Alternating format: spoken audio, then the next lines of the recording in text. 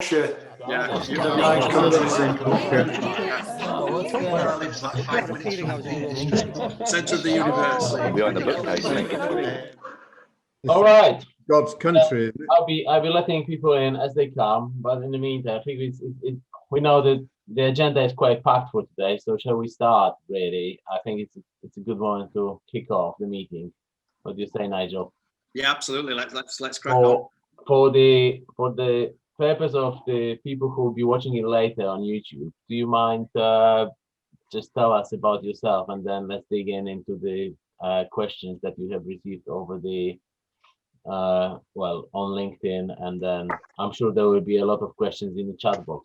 And guys, as we all know, or most of us know, Nigel is the most important person on LinkedIn, and giving whatever he says, that's the fact. And so let him speak, and maybe if we could just make sure that everything you want to mention is in the chat, and then we're gonna go through the chat and continue our discussions. Yesterday we agreed that it may be a little bit extended if need be, so we may go over an hour, but yeah, over to you, Nigel. Let's don't waste more time.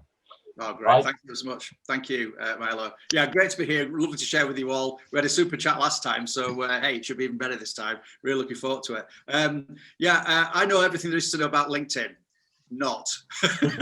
Yeah, nobody knows everything there is to know about LinkedIn. You know, it's a complicated beast, but I guess because I've spent the last 7 years full-time working on the platform, it probably qualifies me to know a little bit about it, which I'm going to share with you today. But you know, there are no rules. Who wrote the rules? I'd love to find the rule book. And what I would preface everything that I'm saying by this afternoon is, at the end of the day, you've all got your own strategies, and you should do what works for you. And you can only find out what works for you if you test it and try it and repeat it and change it and test it and try and repeat it. It's a constantly evolving platform. So whilst I'm sharing what I might consider to be best practice with you, I certainly don't know all the answers. And if I don't know anything categorically, I'll admit to that today, because, hey, nobody knows everything. But yeah, I do know quite a bit. And I love questions that do challenge me. So throw those at me at any time. Very kindly, you all put some questions, or many put some questions in the feed. So, you know, in my mind, we've already got like 4 days of discussion going on. So I'm going to try and cram that down into a matter of an hour, and we'll extend that if we need to do. But I don't know if you saw the post, everybody, but I kind of reversed that question, because that really is the starting point of LinkedIn success, is to know what it is you're trying to achieve. And depending on what you're trying to achieve, your approach to what you do on LinkedIn will be completely different. And it's just amazing how many people I talk to on LinkedIn, you know, and I ask that very simple question, and they've got a real lack of clarity about what their objectives are for being on there. And at best, they want to achieve what they want to achieve. And at worst, they could be actually damaging what they'd like to achieve by simply not having a strategy of doing it right. So it's so that's why it often changes. Different people have different objectives. But I guess what I'll share with you is that 95% of the time, most of the people I chat with and talk to and train, consult with, are wanting to generate leads. And I don't like that expression, lead generation, on LinkedIn, because if you're like me, I get at least one invitation a day from a LinkedIn expert guaranteeing you 30 new leads a day, which is ridiculous, and it drives me nuts. I have to say, I don't believe you can automate relationships. Relationships are built by trust, step by step, day after day, and over the long term. That's what will really make you valuable on LinkedIn. So that lead generation expression, which really is what it's all about, is one that I try to avoid because of its other connotations. But that's what we're all here for, and we need to fess up to that. It's just that what we don't do on LinkedIn is we never ever sell. That is the golden rule. The minute you hit the sales button on LinkedIn, you're just turning people off completely, especially if they're at the early part in the journey of building their relationship with you. They don't know you come with that with a sales pitch, they're off. They don't know, they don't want what you have on this day, and therefore you ruin the potential of a long-term relationship. So for me, it's not about a big numbers game. It's about a concentration on a group of people who I'd love to be in the future, my clients. And if I concentrate on them hard and well enough, then the rest will, deliver itself over time. So I'm not a believer in mass connecting to, tens of thousands of people in the hope that somebody might know somebody who knows somebody. That's utter fallacy. I really do believe that, and I believe that since day one of social media. I'm an old geezer, right? If I was 20 and I just had a strategy of connecting to everybody who wished to connect with me, by the time I was 25, I'd be connected to LinkedIn's 30,000 limit of people to be connected to. What do you do then? And what do you do with all these 30,000 people that are meaningless in your life? So I really am against that sort of mass connecting belief. And for me, it's having a network around me that's much more refined. So I've got I think it's about 5,300 connections, which might seem a lot to some of you. But bearing in mind what I do, the audiences I stand in front of, I could encourage everybody I ever meet to connect with me on LinkedIn. And I try to put them off. I don't want everybody to connect with me. I want meaningful connections around me. And we'll come on to that point in some of the questions. The first question that came out, and I'll read it for the benefit of the recording, which I think was a really good one. It's, can you tell us the best ways to get our content seen by the right people on LinkedIn? What are the latest strategies to make the most of the algorithm? Now, you people on this call are no numpties. I've looked around many of your profiles, and you will know what we're talking about in terms of algorithms. Algorithms determine everything, but nobody knows anything about them. And that is true. That remains true. Anybody who promises you, I can understand all the algorithms and I'll tell you how it all works, is frankly lying. I don't think even LinkedIn know how the algorithms work, okay? It's just an evolving thing over time that changes. But what I do know is that by doing certain things repeatedly and then testing it against something else, we do find what works against what doesn't work. And therefore, by knowing that we do something repeatedly and watching other people do it wrong, we go, all right, the algorithm seems to treat this habit or this methodology a little bit better than most. So what gets our content seen? Being relevant to the audience we're trying to attract is what gets your content seen. And there are many derivatives of that. But basically, in its simplest form, if you're adding value to the audience you're trying to attract through sharing knowledge, experience, stories, mistakes, make this real. This is not a perfect world. Share mistakes as well as good outcomes, and actually you'll begin to attract yourself to an audience over time. So so what you must have is a strategy of what is my content going to be. And anybody who goes on there liking and commenting on videos of cats ain't going to be successful for very long, believe me. If you're just wasting your time getting involved in that nonsense, I hate those quotes, have a fabulous Monday. What? This isn't Facebook, this is LinkedIn. And I'm not a Facebook police guy, really, I'm not. But that doesn't benefit me, and I don't therefore participate in things that are not benefiting me. So I'm very careful about where I spend my time, what I react with, and the people I comment on, in order that I'm growing the stature of the trust that's being built in me over a period of time. And I figure that if LinkedIn comes down to one thing, it is about building trust in your personal brand. That is it. Every keystroke you make is having an influence on an algorithm or a person over time that's just beginning to think a little bit more about you as the days, weeks, months, years go by. And seriously, I have people sometimes coming to me and say, Nigel, I've been following you for a few years, really enjoyed you. What? You followed me I didn't even know you existed. And yet I've been in their lives for a couple of years before the moment arrives that they decide, for whatever reason, I might have something that they need. So if I'm depositing enough value into their world that's resonating with what might be attracted to them at some point, when they need what I've got, I'm hoping that I'll be high on the agenda, high on the list of people that over time they might want to interact with. And that's the secret sauce. It's not about reaching out and connecting with 50 people a day in the hope that one might want what you've got. That's utter nonsense. It's about concentrating on adding value to a network that over time builds trust in your personal brand. And the day where they wake up and want what you've got, you might be the person they come because you've added value to their life. I think the statistics bear out that in a journey of engagement through a business development plan, 70% of the decision is already made before they pick the phone up to talk to you. And I think that figure might be even higher these days.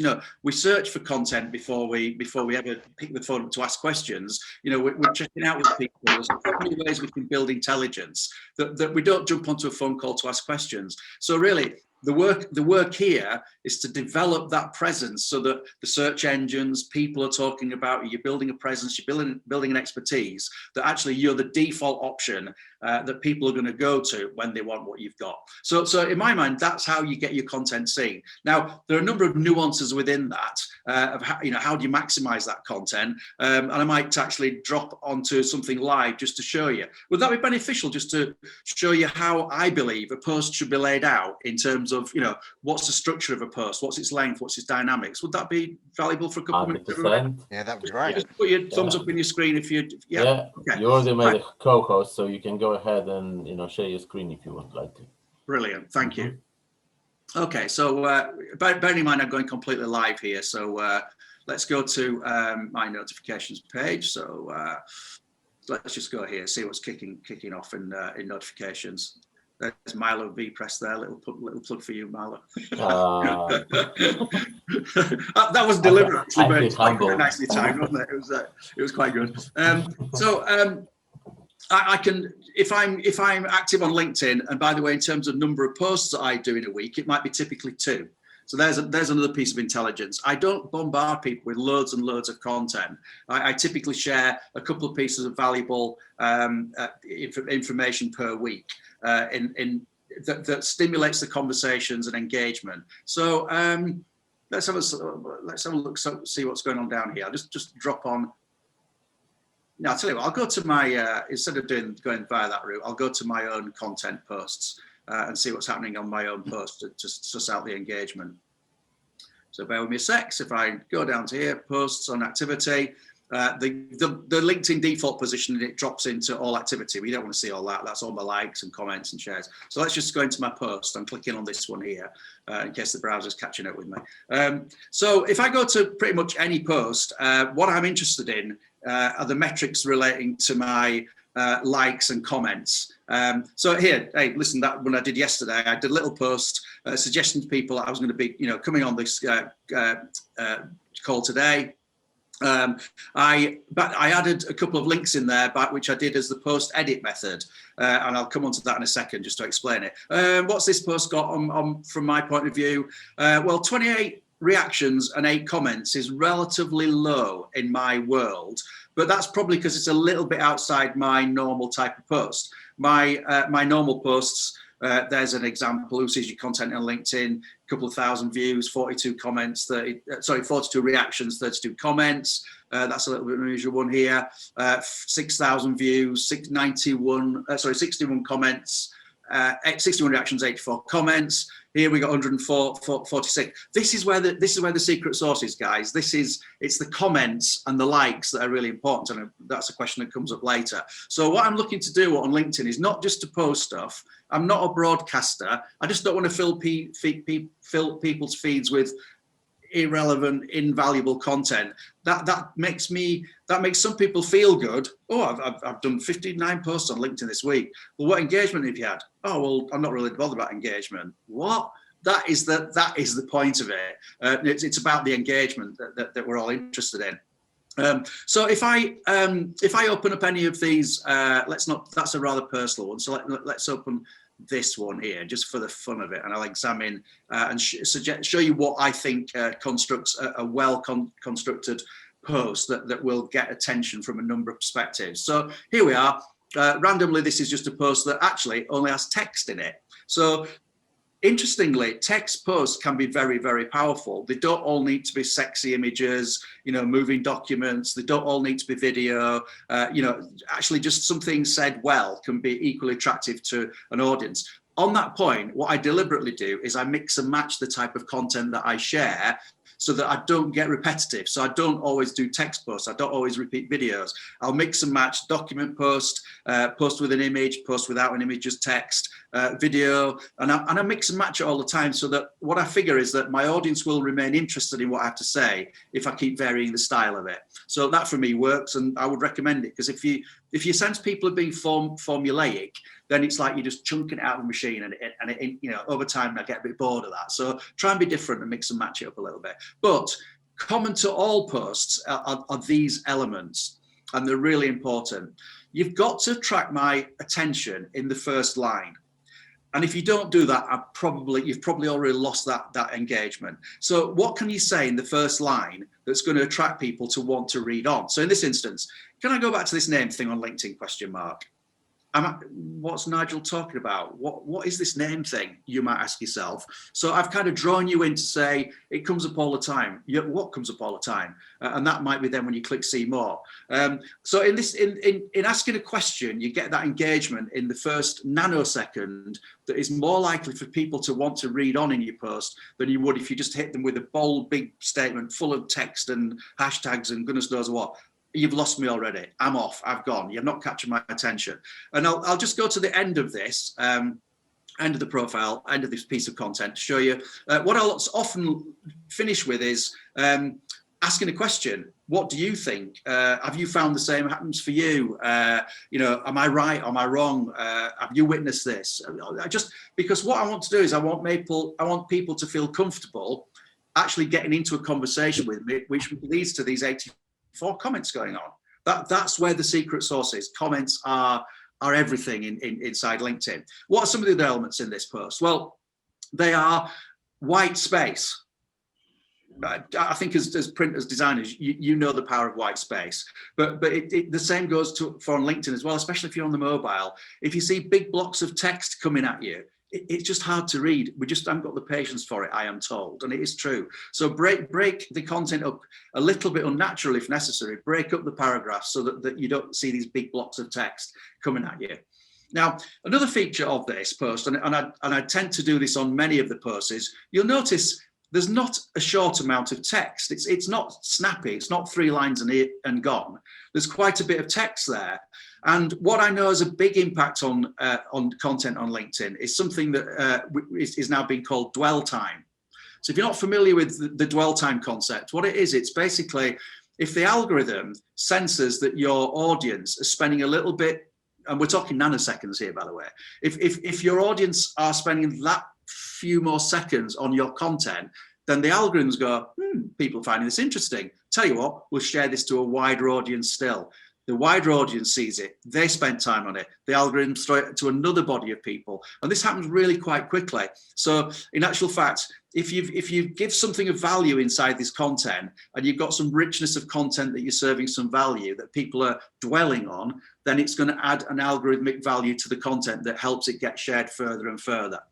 So 3 things there: get my attraction, leave with a question, give me white space, and maximize the 1,300 characters that you can have in a post. Lastly, hashtags. That was a question that came up in the questions, and I'm going to go into hashtags in more detail. But it's good to add hashtags. Are brilliant on LinkedIn for so many reasons, and I'll perhaps go there next. But adding between 3 and 8 hashtags is the optimal. If you go over that, LinkedIn will penalize you. This is not Instagram, and LinkedIn have actually said, they say very little, but they have said, back through engineers' blogs and things, that actually if you start using 9 hashtags and more, we will net penalize that type of content, because we don't want to look like Instagram. We want it to look professional. We want it to be focused. And if all you're doing is trying to spam the network with hashtag kingdom, it ain't going to work for you. So my strategy over hashtags is use hashtags which are relevant to the audience, which are in your sector, in your industry sector, which are related to the content. And one little tip I might offer here for those who have not created your own personal hashtag: what about trying to identify your content with a unique hashtag that over time begins to represent your brand on LinkedIn? Okay, now you'll note here I've used LinkedIn Credible. I've used this for about 8 to 9 months. So every piece of content I put out on LinkedIn now has my own embedded hashtag within it, and it becomes a followable hashtag.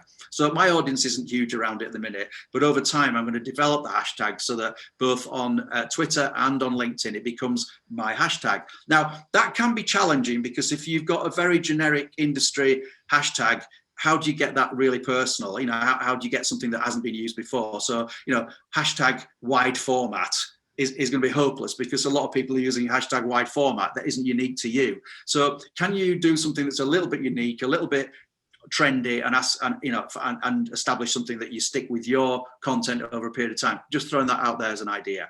So 4 to 8 hashtags is typical. I like the look of it when it sits on one line.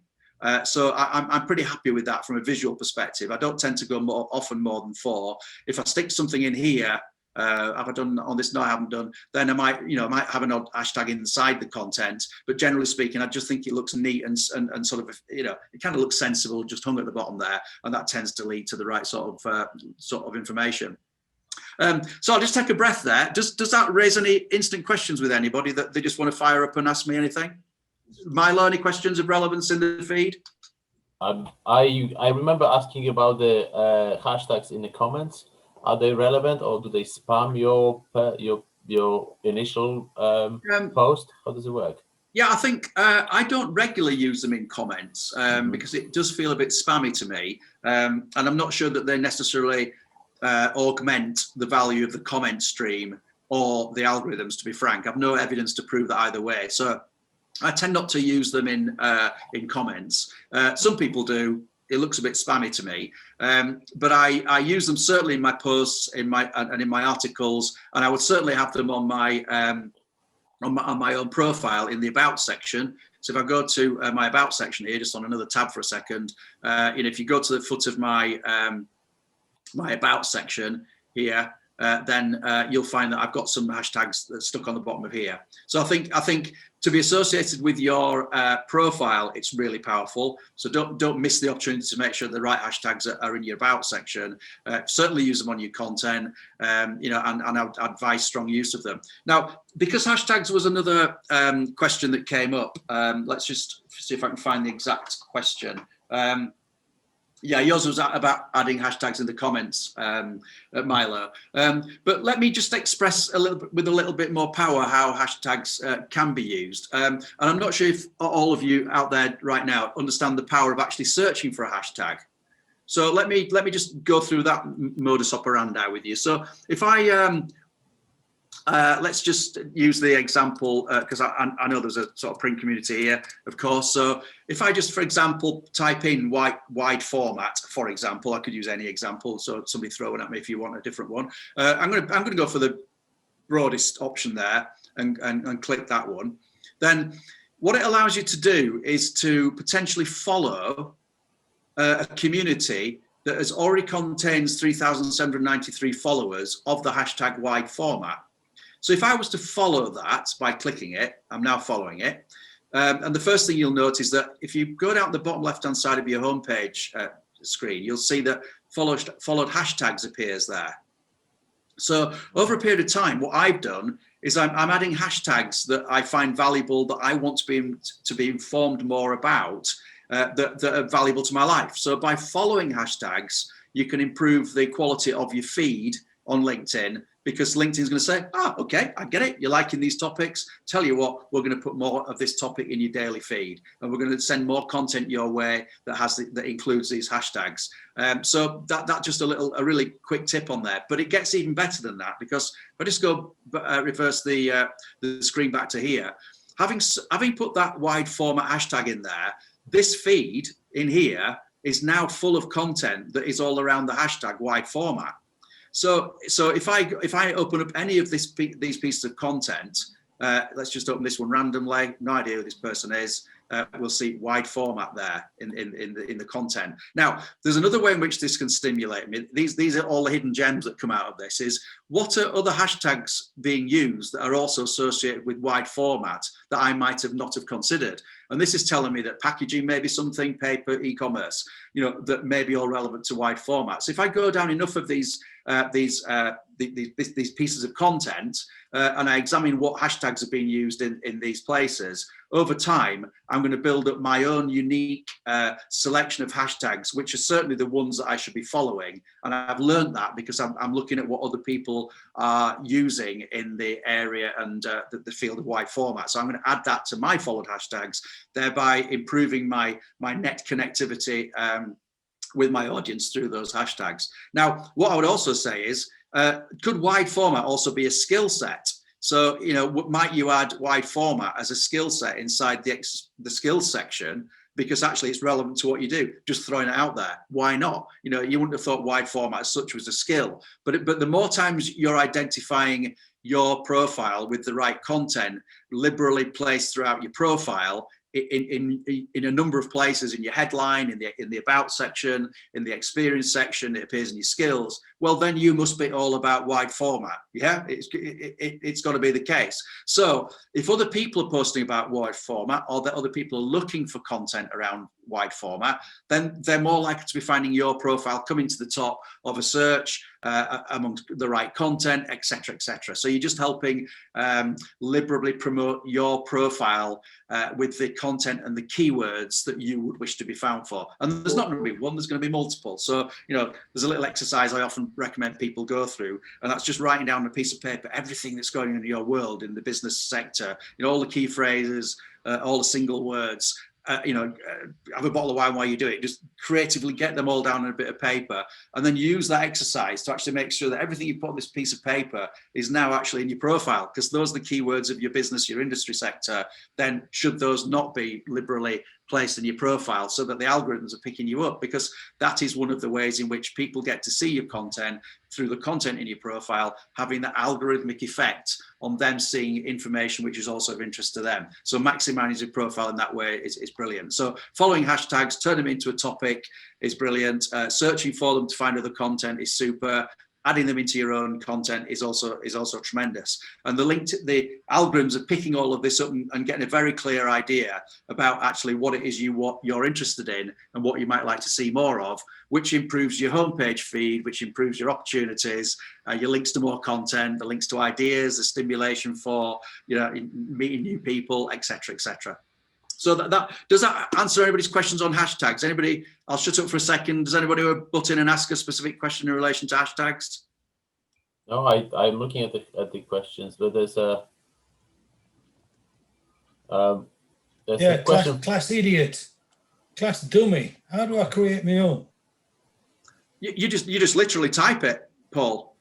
So what I'd do is I'd search on LinkedIn up in this area, or search on Google at large, actually, potentially. But you know, if you say, I'm making this up, Paul Print, I'm for just simplicity. Is Paul Print used anywhere else? Printing Paul, you know, just give it something a tiny bit catchy, perhaps. I'm making that up. And if it isn't used, then that could become your identity. So all you do is begin to add that to your content over time, and people will begin to build a knowledge of that being a part of your brand. So LinkedIn Credible didn't exist until I thought, actually, I found this thing. I spotted something. LinkedIn Credible, nobody seems to be using that, but it's LinkedIn and it's incredible, and I can make you LinkedIn credible. So I really like that. I like, you know, bang, and I went in for it, and I'm now consistently using it. So if you can find something similarly stimulating, then you just use it. Nobody owns a hashtag, Paul. You've already stimulated me, Nigel, and I am genuinely as stupid as I'm sounding. How do I create a hashtag and keep it to me? How do I do that? Well, you never, in a sense, own it. So you just identify against your content. So there's nothing stopping somebody else using it. And in fact, there's a sense in which if they start using it, they're giving credit to your brand.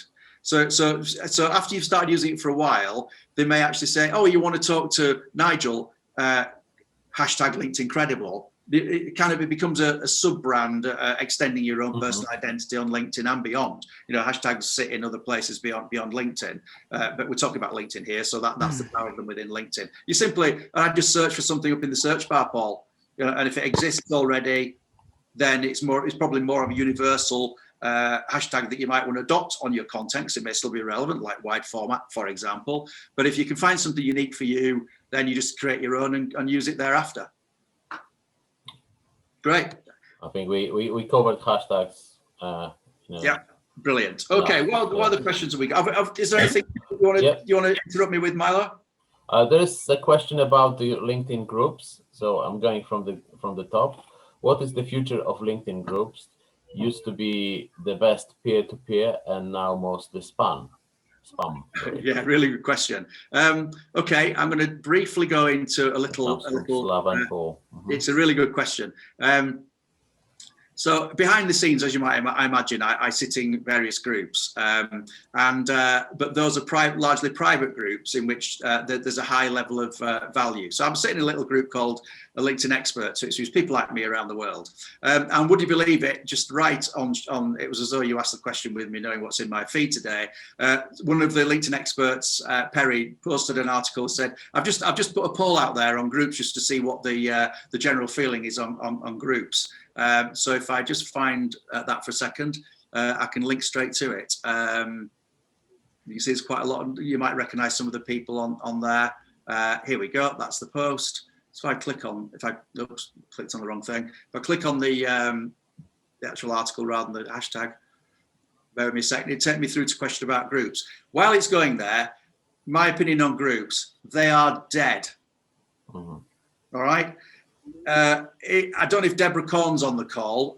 She's probably. I am, Nigel. Deborah, tell us what you think about LinkedIn and groups, Deborah.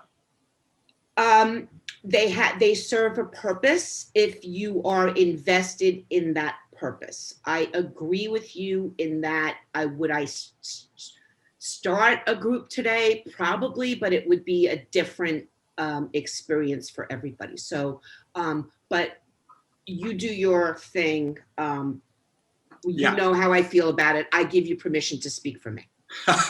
Brilliant. Hey, listen, I brought these just in case.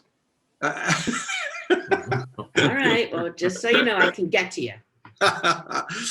So listen, another LinkedIn, expert, Perry van der Beek here, posted this question in fact 3 hours ago. Do we see the revival? I mean, he put a slightly different slant on it. And my answer inside here was no way, groups are dead. And the reason is that LinkedIn keep talking about bringing them back, but they shouldn't have killed them in the first place. So, really sadly, people like Deborah, who had a brilliant group and worked, really hard to Still has a brilliant Still has a group. I'm going to get into trouble here, whichever way I play. Most groups, okay, are dead. Because of the inability of the group managers to manage the content, they got spammed, and nobody wants to go to spam territory, spam land. So actually, the value in groups diminished simply because the controls that LinkedIn used to offer group managers were taken away, and therefore most groups are just full of people spamming and selling to each other. Therefore, the net value is very, very low.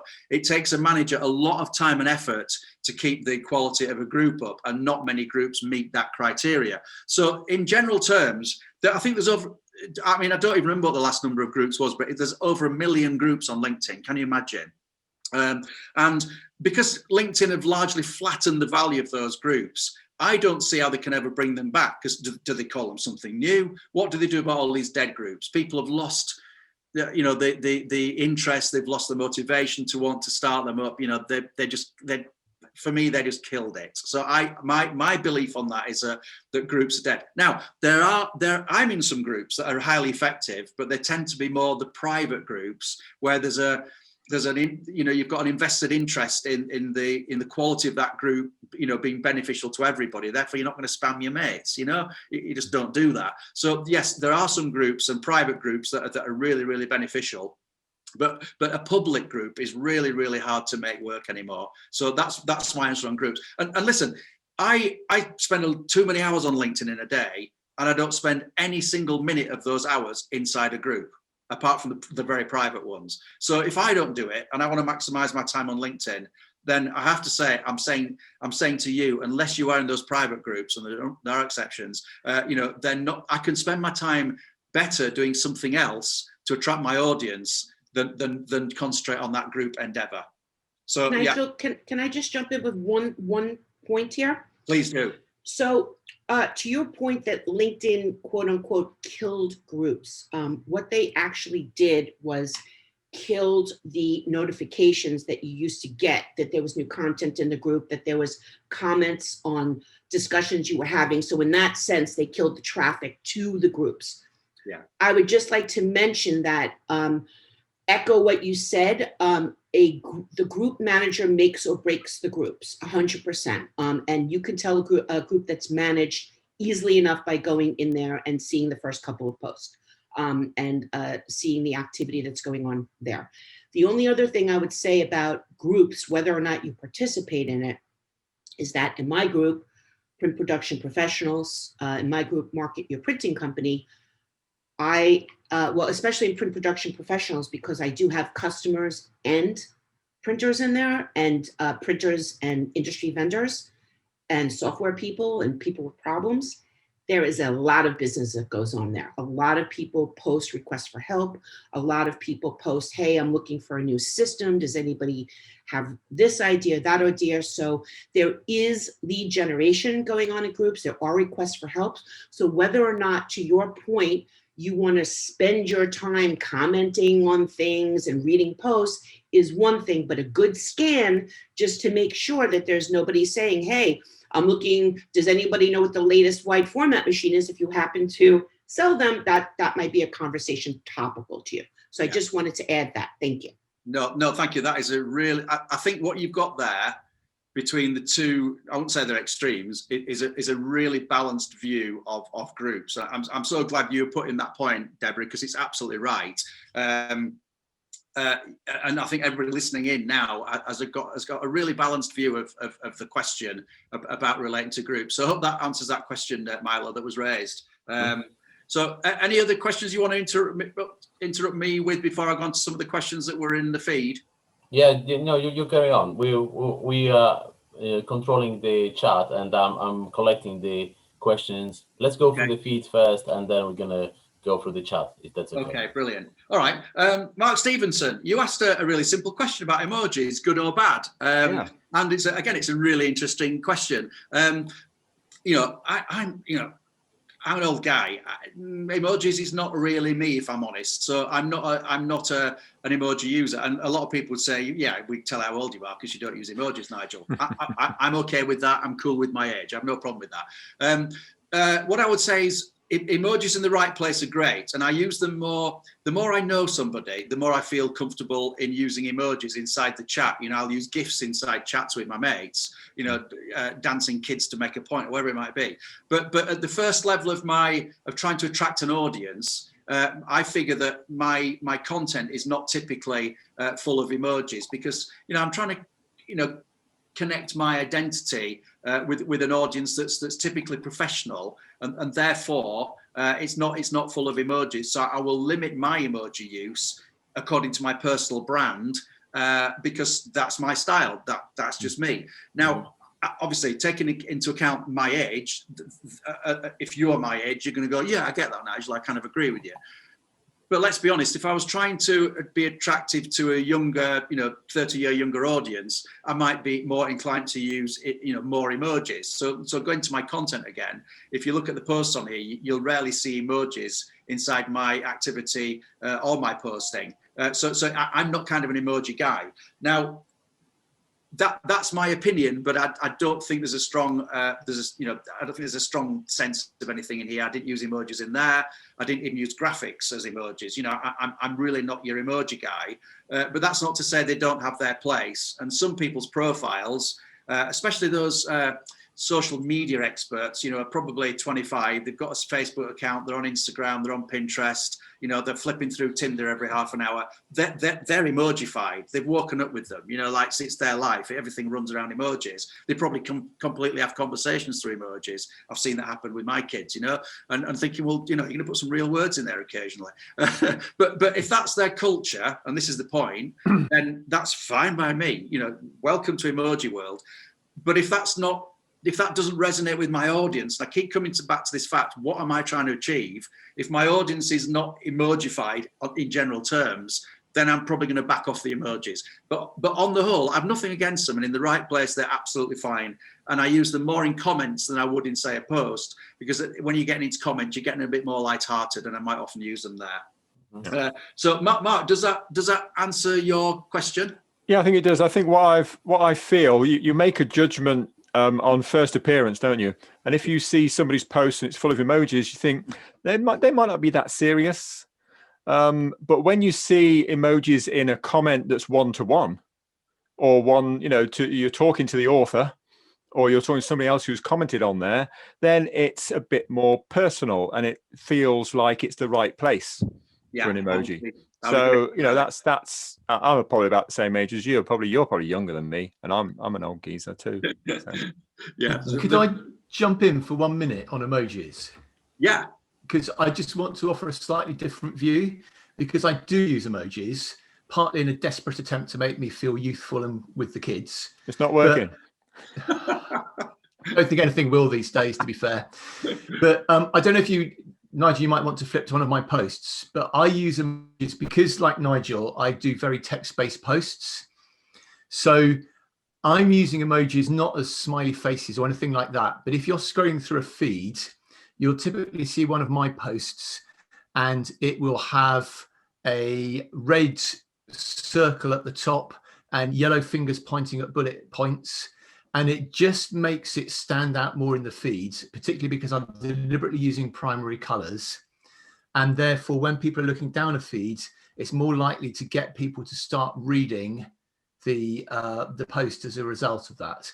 So rather than using emojis as a way of stating my feelings, I'm using emojis just as a graphic to encourage people to stop and look at my post.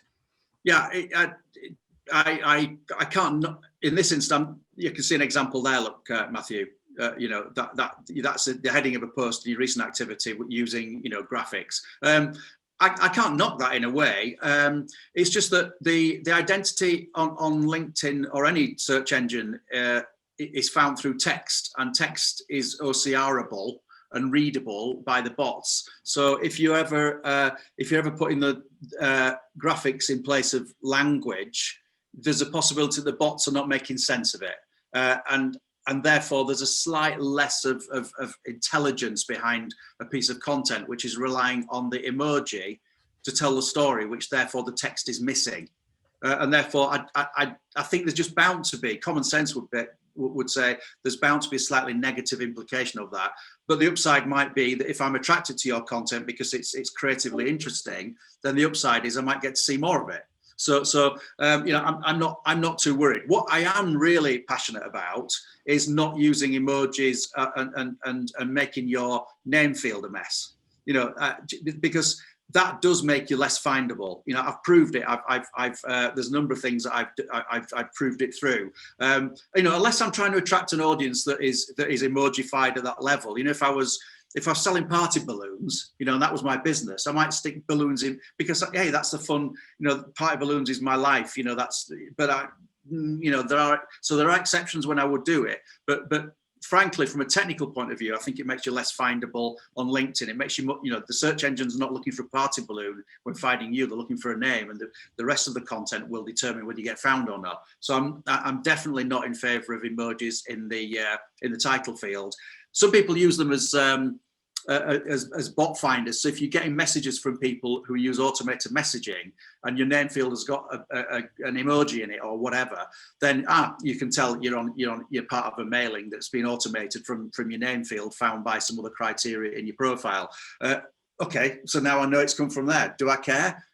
I'm just going to dismiss it anyway. So what difference does it make to me to know that? So I'm not in favour of it. Which raises another question, Matthew. Caps. So we had a little bit of debate in the thread about use of caps, and you made a very good point that caps allows you to potentially be found to a higher level when somebody searches on your name, and frankly, I've evidence to prove and disprove that, but I'm not going to. If I can't argue a point either way, I wouldn't argue it.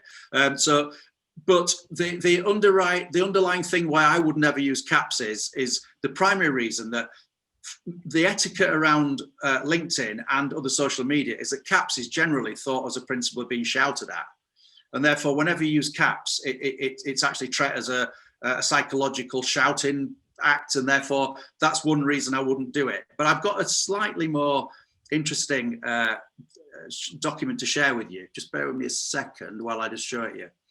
I think this is the one, bear with me, which illustrates the point in a slightly different way.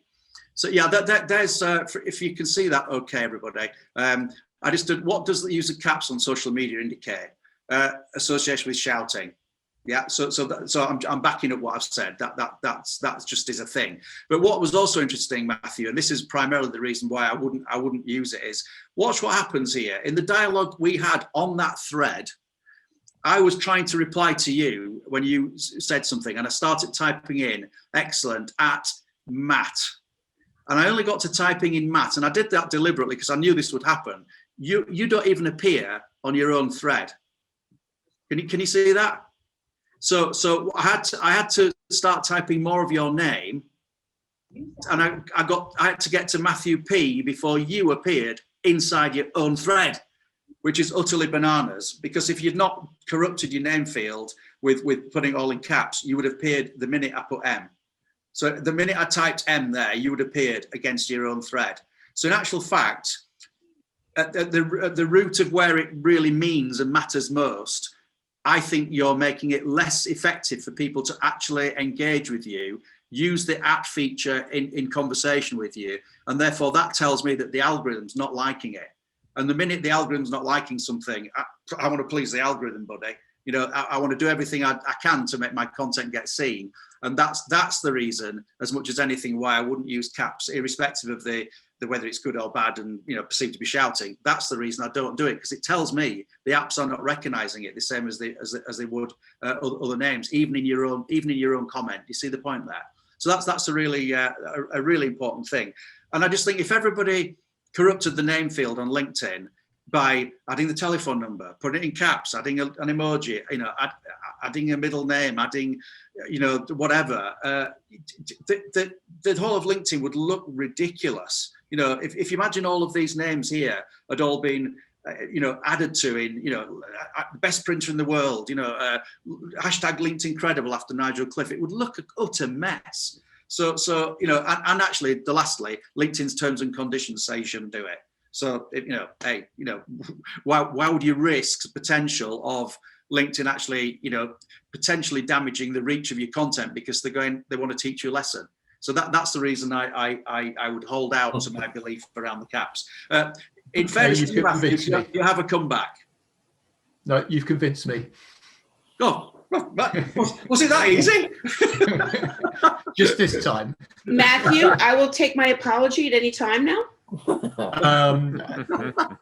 I'm British. I never apologise. Okay, well, just so that Nigel has recognized that I was right. That was the most important thing. Thank you, Nigel. Okay, I'm just slinking off to change my name as we speak. Brilliant. But I did change my name on Zoom specially for you both today, by the way. Oh, marvelous! That's great. Okay, moving on. Milo, any things you want to interrupt me with? No, it's used to crack on. Okay, great stuff. Okay, Joanne, you asked me a question about what's the return on investment for using Sales Navigator. So I've taken it off screen share, so I'm only looking at about 25 of you. Just put your hands up at the screen if you've got Sales Navigator, anybody? Right, in the view of 25 people I'm looking at, there are no users of Sales Navigator, just as an instance. I had Sales Navigator for about 5 years, and last March I stopped using it because I was getting no value from it, and I'm a LinkedIn expert. Sorry, Nigel, what is Sales Navigator? Good question. Sales Navigator is one of the paths of upgrade that you can have on LinkedIn. So LinkedIn, I mean, let me put this another way. Can you be successful on LinkedIn for free? You bet you. You don't need to spend money on LinkedIn ever to be successful on LinkedIn. I think I use Deborah actually as an ongoing reference to this. You know, I think your thoughts about that as, you know, the LinkedIn ought to be paying you for, you know, creating a community of engaged individuals who why should you be paying them for that privilege? You're doing their job. So in that regard, I've lost my thread now. Sales Navigator, you don't need to pay money to LinkedIn to be successful. The upgrade that I do still retain is that of premium, and there's one feature of premium. Perhaps I'll share screen while I show you this. Is the feature that allows me to see all my profile viewers over the last 90 days. So if I go to my homepage here, instead of only getting the last 5 people who view my profile, the premium upgrade allows me to see with a more relaxed manner all the people who viewed my profile in the last 90 days. Now, just that figure's 940, it's a bit smaller. If I've got between 750 and 1250 profile views at any point in time, I'm a happy bunny. There's enough opportunity out of that many people looking at me over the last 90 days for me to remain, nicely busy. If the right people looking at me, that leads to opportunities. So if we look inside here, and I scroll down here for a second, you can see that I can scroll on and on and on to all my profile viewers. That alone is probably the best feature of premium, I have to say, that I can be relaxed about checking out the people who are looking at me. Nobody wakes up in the morning and types Nigel Cliffe into the search bar to see who appears. That's utterly ridiculous. There has to be a reason that this guy, Rob Enns, Rob, you might even be on the call. Stephen Hines, I was on a call with this morning. Nathan Scott is a first. Hi there. Thank you, Rob, for looking. Janet Ainsworth, head of talent and development at UK Talk Group. What are all these people looking at me for? First and second degree connections. It's a huge richness of opportunity that many people do not take the advantage of. And honestly, people ask me about hidden gems. It's not a hidden gem, it's a visible gem, but it's a gem that people typically don't utilize in my mind. So because I pay for the premium, it doesn't matter that I look, this afternoon and see the 5 that have viewed me, or I look tomorrow and see the 4 that have viewed me. I can go back over time. And what is Brogan looking at me for at this point? So I can go to Brogan's profile and I see that I've not communicated with her for 3 years, whatever it might be. Sharon Lindsay there. Third degree connection. Actually, she came on a training course of mine years ago. What does she want? What's she looking at me for? So it gives me the opportunity to actually effectively utilize this platform now as a business development tool by going to Sharon and say, hey, Sharon, thanks for looking at my profile. Remiss of me not to see it, LinkedIn expert, and all that. What can I help you? How are you coping in these strange times? It creates the conversational touch point with my audience that's looking. What would I do with a third degree connection who I didn't know, or a second degree connection? I'd check out their profile. So what's this guy? Sales manager, Inkjet Solutions. Kevin, you might be on the call, so I won't go into that. But I'm looking down here to see if my target audience are actually looking at me, and if they are, I might just open up Kevin's profile and say something like, Kevin, I noticed you're looking at by the way, I wouldn't do this in the first 24 hours. I'd be really casual. I'd do it a few days later, so it don't look like I'm pouncing on him, because if he sits there thinking I'm just looking for who's looking at my profile, it's like I'm desperate, man. So I'd leave it a couple of days. I go to Kevin's profile, say, hey, Kevin, a couple of days ago, I noticed you looked at my profile. I wonder if you found what you're looking for. Right? How nice is that? I wonder if you found what you're looking for. If I could be of any help and a worthwhile connection, I'd be delighted to be connected.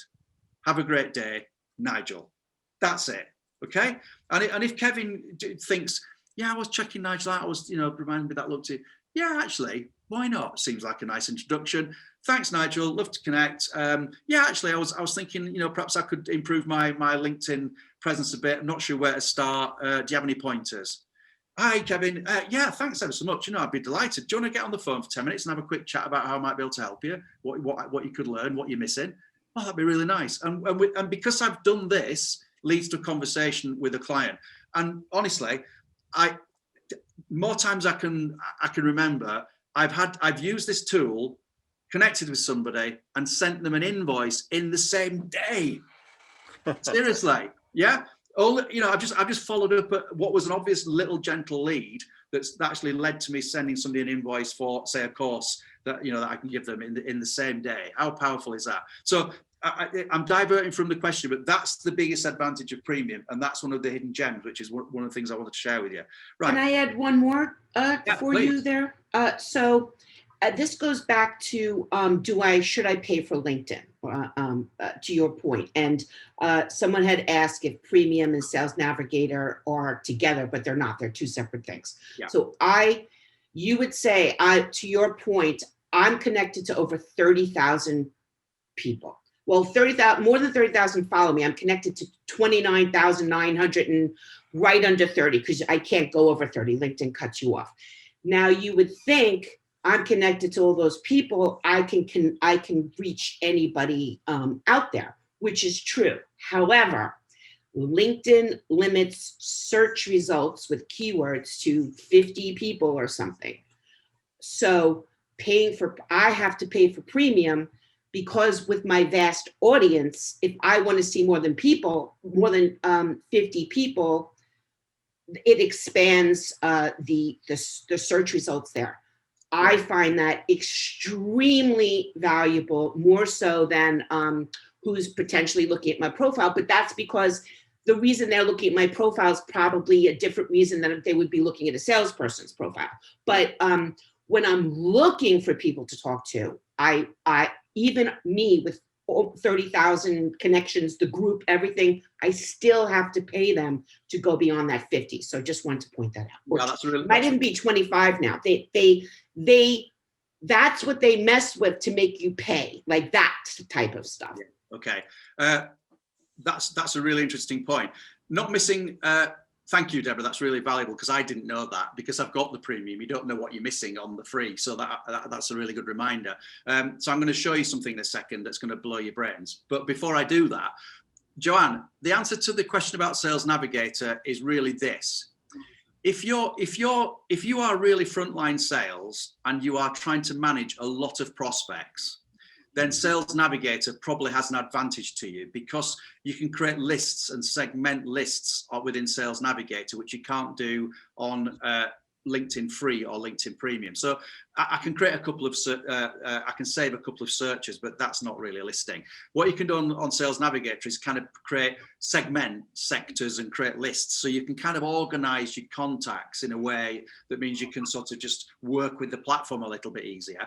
Plus, another feature of Sales Navigator is that once you've created these lists, LinkedIn lets you know when somebody in your category enters the search category that you've created. So it said, there's a new person that's met by whatever they've done in their profile, the criteria of a person you might be looking for, and therefore you get fed the content. So it helps you manage a lot of connections more easily. But to be honest, you can do so much of that for free on LinkedIn if you've got an organized methodology of working. That Sales Navigator is a pretty expensive animal if you're just going to pay for it and never use it.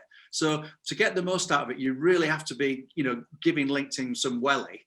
That's a Yorkshire term, in order to really get something out of Sales Navigator. If money's no object, have it, use it, trial it.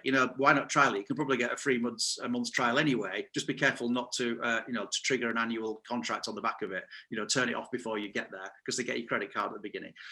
Just trial it and have a go with it. But the return on the return on investment of Sales Navigator only comes if you're a really intense user of LinkedIn and you really are at the front edge of sales, managing a very, very big list of potential people that you're prospecting with. So Joe, does that answer your question? Have you got any queries on that? All good, thank you. Thanks, Nigel. Oh, you're welcome, that's fine. Okay, but Deborah, relating to your point, I'm just going to show you something of a hidden gem. And it's this. Listen, I don't share this with people normally outside my training programs, all right? But let me just share something with you. So what I've done is I'm live. This isn't pre-canned in any way. So let's imagine that I wanted to find a person. I live in Halifax, West Yorkshire, and let's say I was wanting to find a customer of mine. I don't know. Let's say I wanted them to be a director of a business in the print sector, because that's where I'm going to find them. And let's say they have something to do with inks. So let me just add the and in there. I'm just making this up because it's totally random. I'm going to hit save just to show you what happens here. This is what I'm doing here is I'm using the Google environment to do the search, and what you're looking at here is a Boolean operator. It's a Boolean. It's a string, a search string, and what this allows me to do is to search on the site which is LinkedIn. So it's site:linkedin.com/in, and I can begin to actually adopt my own search characteristics for whatever audience I'm trying to find by vocabulary which is unique to that audience, and see what Google delivers. And what I can then do is open up these individuals. So I'm right clicking here just to open them up to find out and establish whether in fact these people are the kind of audience I'm trying to find. So I encourage everybody, if you're not familiar with Boolean as a concept, i.e. a more eloquent and efficient way of searching, then I really do encourage you all as a hidden gem to just go and understand a little bit more about the world of Boolean in order to actually establish people who might, you could find your target audience more easily. That way, Deborah, coming back to you, I'm not limited by any LinkedIn's search limit based on what I pay LinkedIn. I can be completely creative with my own searching on the site, which is LinkedIn. That's the operator, this bit here. The IN denotes a person on LinkedIn. That's how the construct of the LinkedIn architecture works. And I can add my own vocabulary by using the word and I could use not or, but I haven't got time to go through all that. And I can just determine my own criteria for search. And that takes me straight through to the profiles that I'm trying to find. Is Gareth? Nigel, what happens if they're a third degree or further away from you? It doesn't matter. It still brings up the profile. So I'm not searching. But when you click in to it, you're still bound by the rules of LinkedIn. I'm just saying that the premium takes you out of those rules a little. Yeah.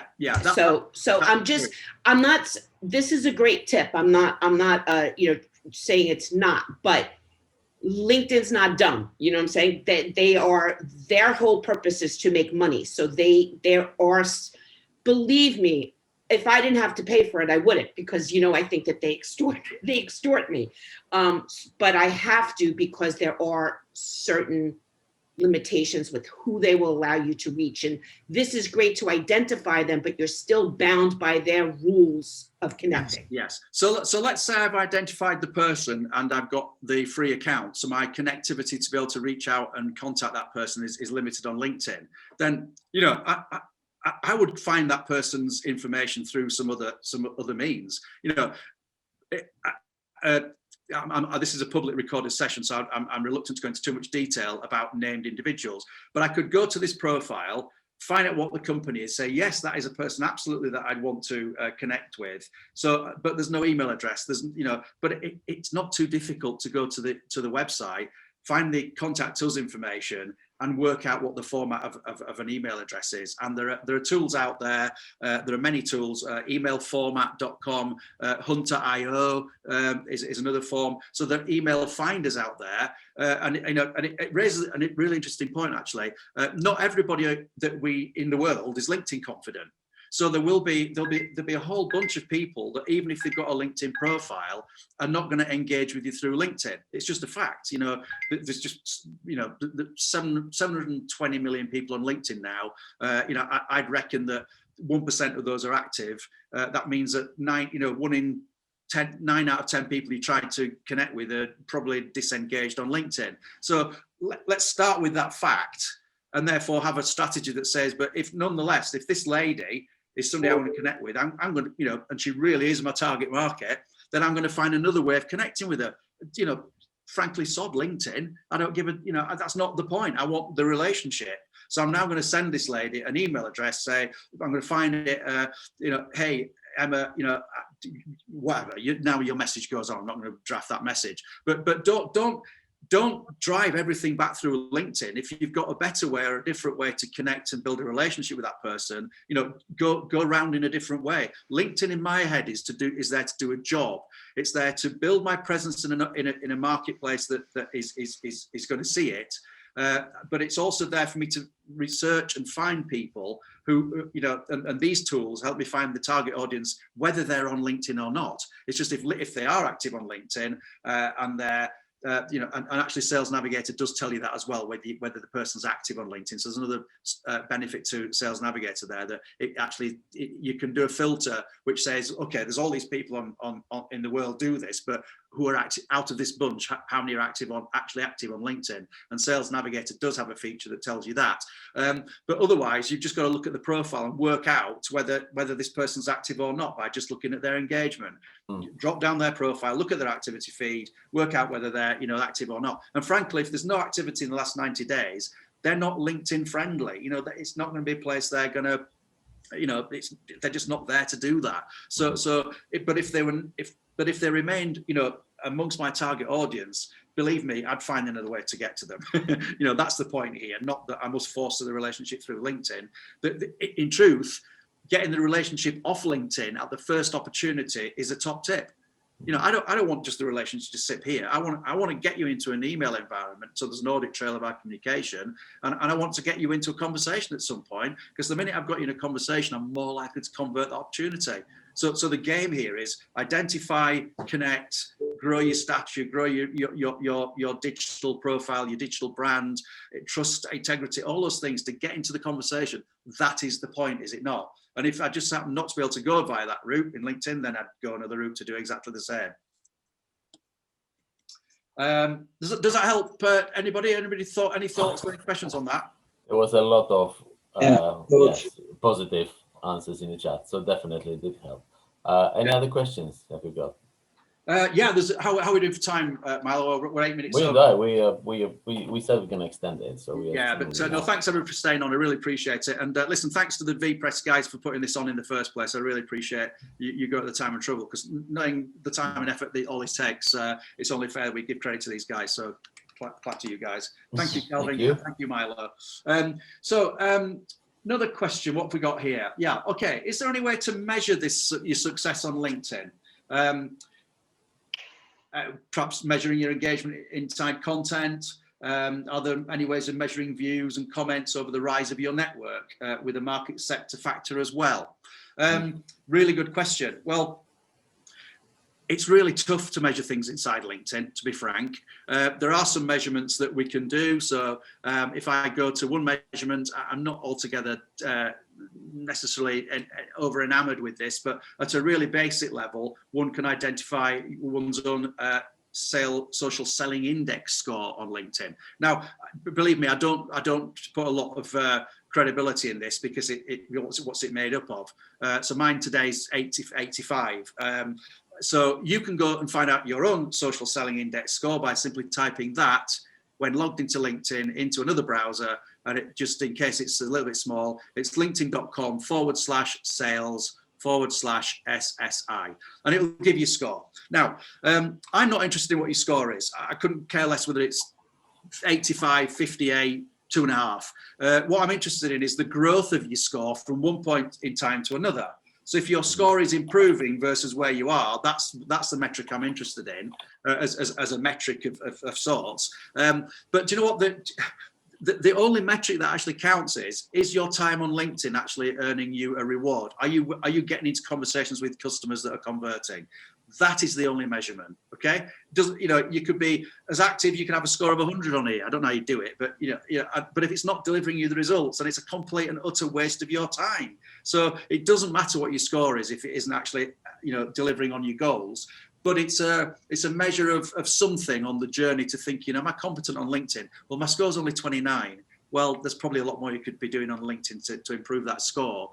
When you start getting into the upper echelons of 70 plus, it gets a little bit difficult to start improving it. And people I know that I think knock the socks off me off on LinkedIn, have scores 10 less than this. And I'm thinking, well, what am I doing better than you? Because you have a massive market, you're really influential. You're always putting out content, like several times a week. You engage with, you're on a podcast, you're a world celebrity compared with me, and they've only got 75. And I'm thinking, I don't understand this. So there's a point at which I don't really rate it in a way that makes any sense. So that's one measure. And another measure is keeping an eye on the profile views, because do you know what? If nobody's looking at you, you're failing. If an increasing number of people are looking at you, you're growing in terms of effectiveness. So that is a really important metric to keep an eye on. And if my score goes down, as from time to time it does, if I get less active or I'm less interesting, then fewer people are looking at me. So I'm on this graph all the time. This graph is really important to me. And actually, I did an experiment. I'll just share with you in December, which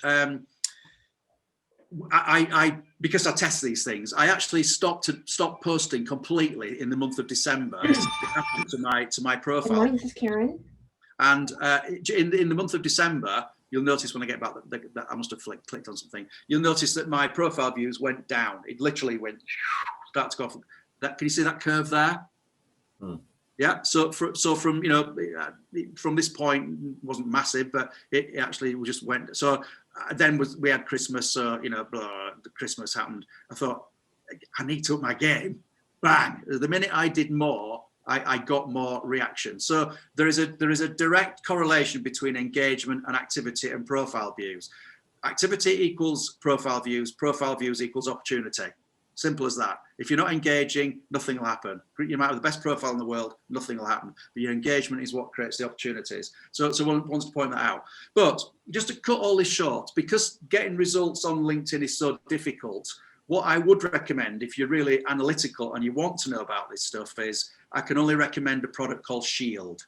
Okay, it's called Shield. It's called the Shield app, and inside the Shield app, which I'm logged into here, it can show me over a period of time what my profile views are. So I just chose a period here between the 1st of January 2020 and this, and let's say today's date here, 20th of Jan, 27th January, it's not quite at the curve, but it shows me how many views I've got. It shows me how many likes I've got on my content, how many comments there are, how many shares my posts have got, and I can see the individual engagement rates on all my posts. I can track the number of followers, and I can, so it's rich, and these are really interesting, the engagement rates. So what's happening on the engagement rates on my posts? I've got a summary of when I posted them over the year to see what days are working for me versus those that are not, what my highest number of views of a single post was in the last 12 months over that time period, and I can customize this. If I wanted just to sort of examine the week that I'm in, I could just click that week option there and see what's happening in the week, or I could choose 4 weeks, a month to date, quarter to date, year to date, weekly, monthly, etc. So this is a universally known product that LinkedIn seem to allow to happen, because a lot of those bot kind of automated products LinkedIn takes a very dim view of. You possibly all know that. If you don't, be aware of it, because if you attempt to use automated tools to accelerate something on LinkedIn, you probably get penalized by LinkedIn for it. At worst, you get your account taken away. You don't want that. But for some reason, which nobody really understands, they seem to be quite acceptable to have this Shield product running alongside LinkedIn that you pay for as a separate subscription, by the way, which gets you this more analytical information. So if you really do want to get into the measurement, that's my views on my content in the last week. So that may be valuable to you. I think it costs about 15 quid a month. I'm not, over in the UK, that's at $20-ish, something like that. Might be a little bit less. So it's not going to break the bank if this kind of intelligence is of some value to you. So and there's a product where you can buy Shield across a number of people, so you can have a company-wide version of it to see your group stats and things like that. I think I purchased the level at the bottom end, as it were, just to have access to this information. So that would be my advice on answering the question about how we get more intelligence around our data on LinkedIn. So I hope that helps that one. And Milo, I think that has probably gone through most of the relevant questions. Okay. I know time is skipping on, so just leave me some time for open debate. Do you want to refer to any questions that might have been I have asked? a couple of interesting questions here. So the question that repeated itself a couple of times is how to get the ability to go live in LinkedIn.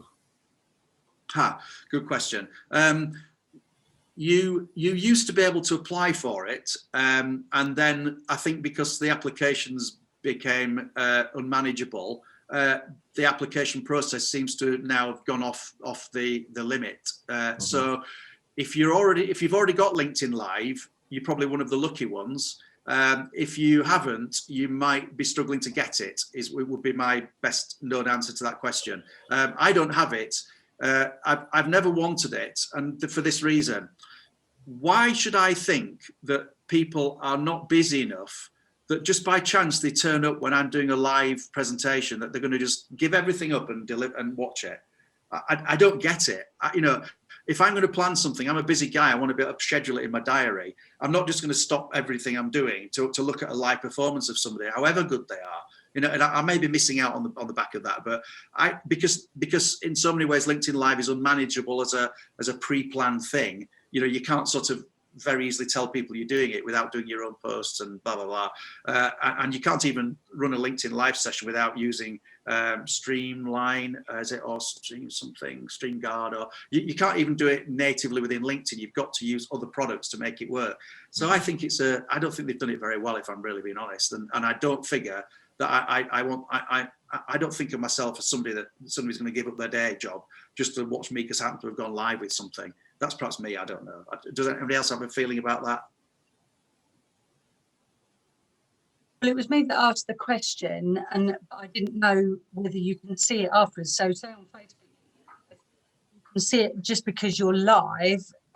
People can still see it afterwards. Whereas I don't know, is that not the same in LinkedIn? Yeah, it is, but very rarely do people go back, I find, and look at something that was live that they've missed.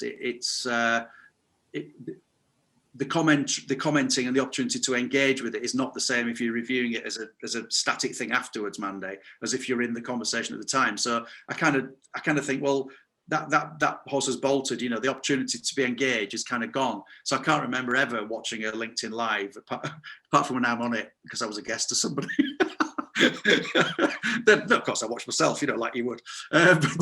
Otherwise, you know, I just haven't got the time, and I don't know people who have. You know, they must be. I don't know what happens to people who could just go, "Oh, this is interesting. Nigel's come live. We'll tell you what, we'll get a cup of coffee and watch him." I don't know people like that.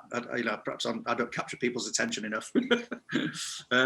Yeah. Any other questions, Milo? So Deborah, before she left, she asked the question whether you have links in those high viewed posts. I'm assuming that she refers to the fact that posts with links are penalized in a way on LinkedIn. Well, with external links, sorry. Oh, external links. Yes. Yeah. I touched on that earlier on. Yes.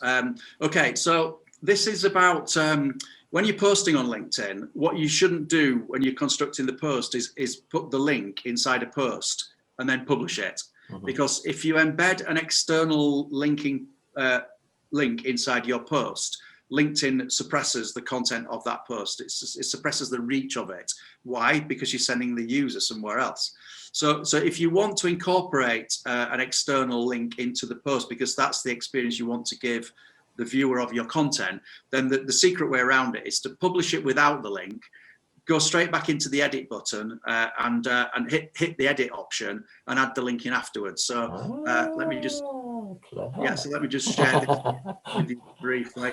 So yeah, because literally LinkedIn goes, not so keen on sharing that with anybody, you know, therefore we're not going to do it. So now there are, for those of who study this, nerdy people like me, that we're beginning to think that LinkedIn are a little bit less aggressive around that factor than they used to be.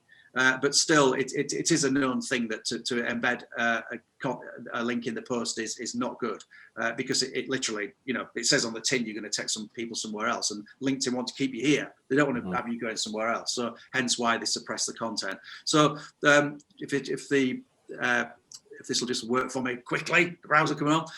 What I was going to show you is a post. If you click on the ellipsis at the top corner, right-hand corner of the post, as soon as you posted it, have your link ready from wherever you want to take people. So let's just open this post here. In fact, I did it here, in fact, because obviously Milo was an @Milo, so that's fine.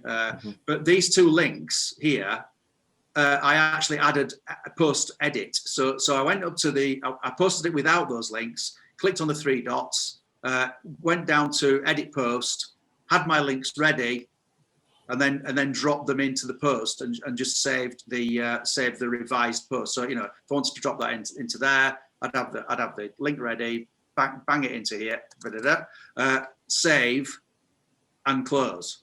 And then what you do is it's simply a little quick fix to get around the suppression element of a post which has that link inside it.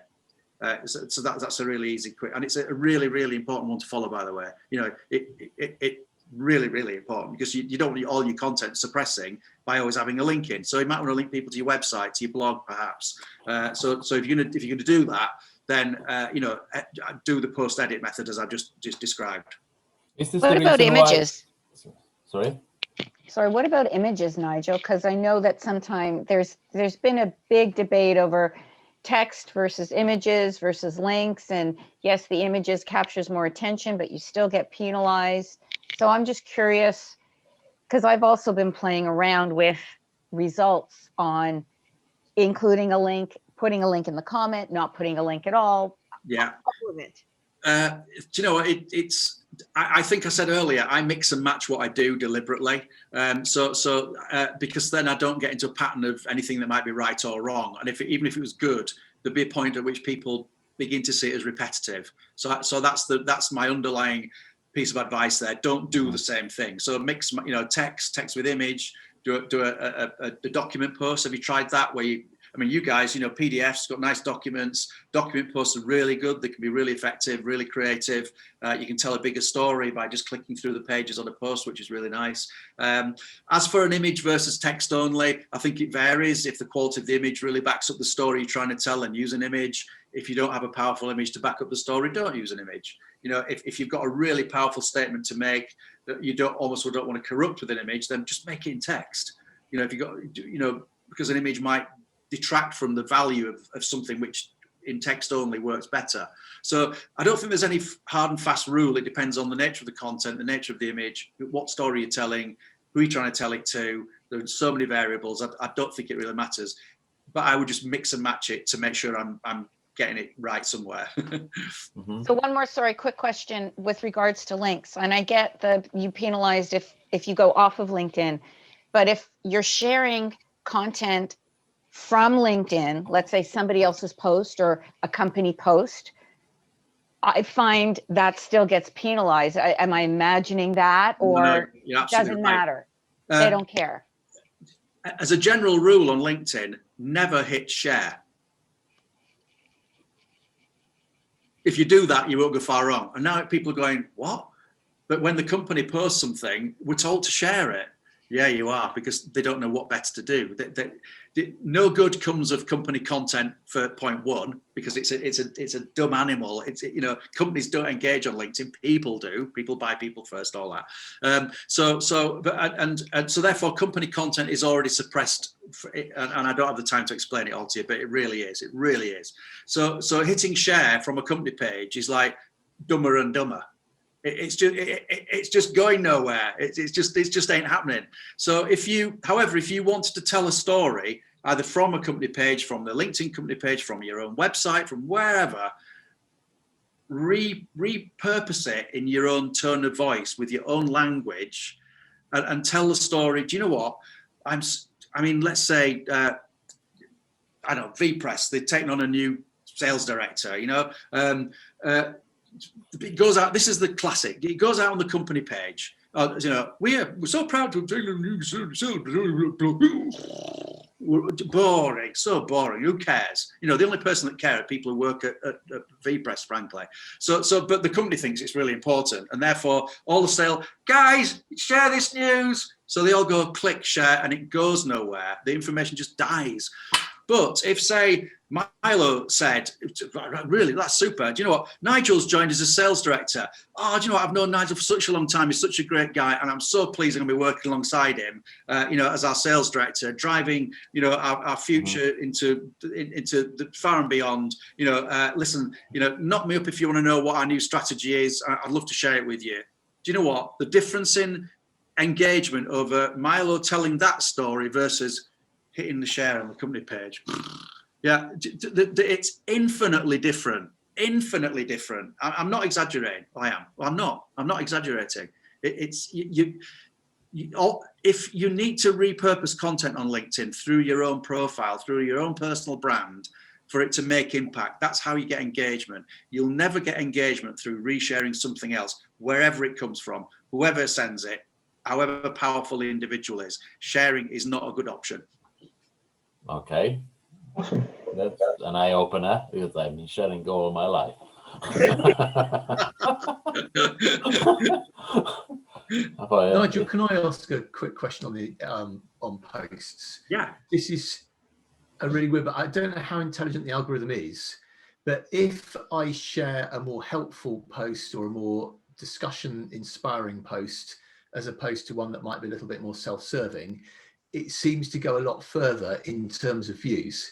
So presumably the algorithm is recognizing the content to some level and pushing it out according to whether it thinks it's self-serving or not. That's not just, you know, how many people engage with it, but actually how many gets into people's feeds. Am I right in thinking that? I'm not sure that the algorithm picks that up so much as people actually resonate with it. So if I'm interpreting your question right, Matthew, what I find is that the more personal I get on LinkedIn, the higher level of engagement I get, the higher number of views I get on my content. So I showed you that post briefly that was it 68,000 views, whatever it was, my top level post. Do you know what that was? It was the anniversary that I shared with my audience, I think last August. I don't think I know, last August, when it was the 10-year anniversary of my daughter having brain surgery. So she's well, she's fine. So, but you know, she came up, she got up that morning, she said, "Dad, it was 10 years ago since I had my brain operation." And it just triggered a need in me to share, you know, that how lucky I feel as a consequence of you know, where I am now versus where I was in those dark days. And, you know, I didn't do it for self-serving purposes. I really didn't, but I just want to express to my audience that there's a human being behind this as well.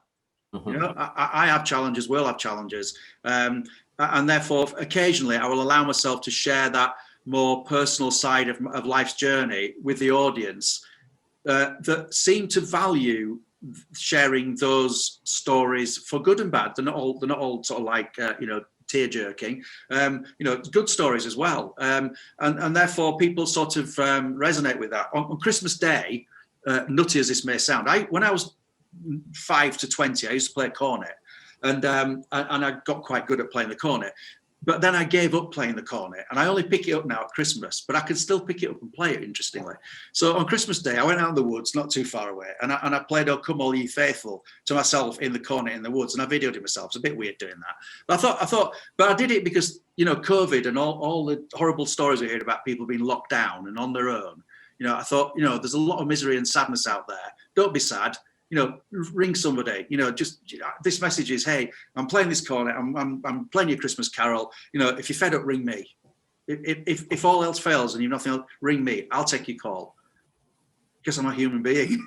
Simple as that. You know, and that's whether you feel comfortable with that personally is a different question altogether. We could go into that confidence and personality thing, you know, in much more detail. But all I'd say, Matthew, is, if you allow yourself to have a little bit of vulnerability on LinkedIn and to be seen as an authentic human being, you're probably going to resonate with your audience more than if all you ever do is just like be very corporate. You know, all you ever do is tell the company message. You know, it ain't going to work. Pal, it ain't going to work. It's interesting though.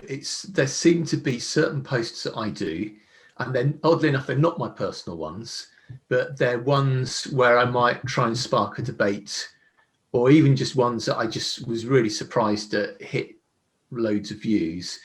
And the only reason I could get for getting that amount of views compared to some of the other ones was that LinkedIn was choosing to push that post for some reason. And the only reason it would do that was because it had some understanding of words in there. Yeah. A different answer to this question, but one to bear in mind is, by way of example, I did some training in 2018.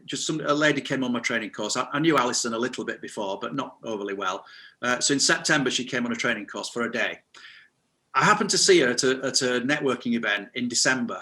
And when she saw me, she sort of bolted out of a chair and said, "Nigel, how many views would you expect to get on a post?" you know, what, and I thought, oh no, it's not working for her. What have I done? You know, like she's, and I could see she'd been trying on, you know, and posting, and she'd getting several hundred views, and you know, it seemed to be going okay, but nothing really to write home about.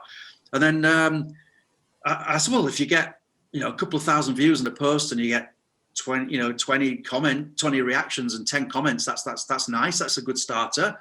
And she tapped into her phone. She went, show me a phone. 175,000 views of a post. I went, what the hell have you done? You know, what have you said? You know, and I looked at the post and I thought, yeah, it's formatted nicely, nice image, hashtags. What? There's absolutely nothing that lifted the value of this post beyond any average post. And she said, what have I done? I said, I wish I knew. And I actually took it to my LinkedIn network and I said, guys, you know, people like me behind the scenes, what's happened here? And I knew the answer really, but I thought, am I missing something? What have I found the secret sauce? No, it's just one of those things that happens every now and again. She just had a spike, and sometimes we don't know why something has a spike, but you've got to be in it to win it. You know, if you're not doing it at all, you never have a spike. So I've never had that kind of spike in my life, and I work hard to try and have one, but I don't really mind. You know, I'm not a celebrity. I'm not looking for 1 million views. But it just sometimes happens, Matthew, and I don't know why. You know, it's hard to explain. Interestingly, Alison, I talk about, went back then to having a few hundred, 2,000 views for 6 months, and then, and I think about the March, she had another one that went to 250,000 views. And again, the post was meaningless. I no rationale for it whatsoever. Okay. Nigel, quick Guys, question. we have, yeah, okay. The last round maybe, because I think Really quick question. So I was at a conference. I think Slava was there, but Deborah Korn was there as well at an HP conference, and they had a speaker called Seema Dahl, who's from the US. I don't know if anybody knows her. And she actually said you should actually connect all your networks together. You should get out there, LinkedIn, Facebook, Twitter, get everything connected together. Let people broadcast what you do and what you do. Whereas that's not for me. I mean, you know, I know you had that experience with your daughter where you wanted to share, but for me, LinkedIn's work. I'm in work mode when I'm on LinkedIn. I don't really do Facebook, but I don't really want people to know what I'm doing at the weekends, you know, because I think privacy is sacrosanct. So what's your view on bringing things together, following what this lady who's an expert at what she does? I mean, I don't think it's necessarily the answer to this is not necessarily to do with being an expert or not an expert. It depends on your goal again. Yeah, I'm absolutely with you, Kelvin. You know, there's a side of me that you'll never see that's completely private. And I have a Facebook account, but I barely use it. I have an Instagram account, I barely use it. I'm on Twitter, but somebody does it for me. So I don't really engage on Twitter either. So for me, my intention is all business focused, but I've got a personality on there, but my intention is business focused, and I don't want to mesh these places up. But if I was 25 and I was setting up a makeup business, I'd probably have a very different view of it, because I'd be wanting my presence and my brand everywhere I could possibly have it, from TikTok to you know where. So it depends on, again, what your goal is. It depends on what you're selling and the audience you're selling it to. If the more commercial your audience, the more wide your audience, you know, general terms, the probably broader your strategy around splitting your time up between platforms. But if, like me, you're more business focused and actually 100 new clients is going to change your life, then then why are you going to spread yourself so thinly on every platform? It's almost impossible to do unless you've got mega budgets. So for me, I agree with you. I prefer to concentrate. Yeah. Awesome. All right. Oh, is that us, Milo? Is that what we've about done? yeah, I think if you have, guys, any more questions, I think it's time, because we're gonna, you know, sum up in a minute, because it went well over an hour and a half. So I'm sure that Nigel wants to have a pint in his there it is. There you go. So any other questions, guys? I think we Thanks so much. no, okay. I think we're done then. Haven't we? Because it's tax return weekend. Yeah, listen, thank you everyone for listening. I really appreciate it. And those of you staying on the extra time, I really do appreciate it. Thank you for listening. I hope I've been helpful. No, this is where gold to find dust. me if I can help. So end of. No, Those- this is Nigel. gold dust. Thank you very much for coming. And again, you know, it was much appreciated that you can spend more time with us than, you know, every other. This is the longest session by far in our history, and yeah, and most productive probably, because we all pull out a lot of good information from that. So fantastic. I will send you the chat Thank you. transcript so you can extract all the questions from it, because there were some other questions, and if you wish you can either create some content around that or just directly, you know, answer those guys who were involved with those questions. So yeah, that will be the next step, and obviously that video will definitely be on our Crown Pub YouTube channel. For If you don't mind. those that are still here, we'll let you know Monday who's going to be on next week. But we've reached out to a couple of brands. There's a couple of luxury brands we've reached out to come in because it was asked earlier on in December. And we've also had some interest from a member of Parliament who would come, who looks after the print industry. So maybe have someone from government over the next couple of weeks as well. But brilliant to see everybody. It was a mega session. That was well done. It was. Well Yeah. done, No, Milo. thank you. Thanks again, guys. Really appreciate it. Thank No, you. Nigel, thank Good, you very thank much, you. and everyone. See Thank you you. next Thanks very week. Thank much. you, guys. Guys, well, Bye. thank you. Bye. Bye.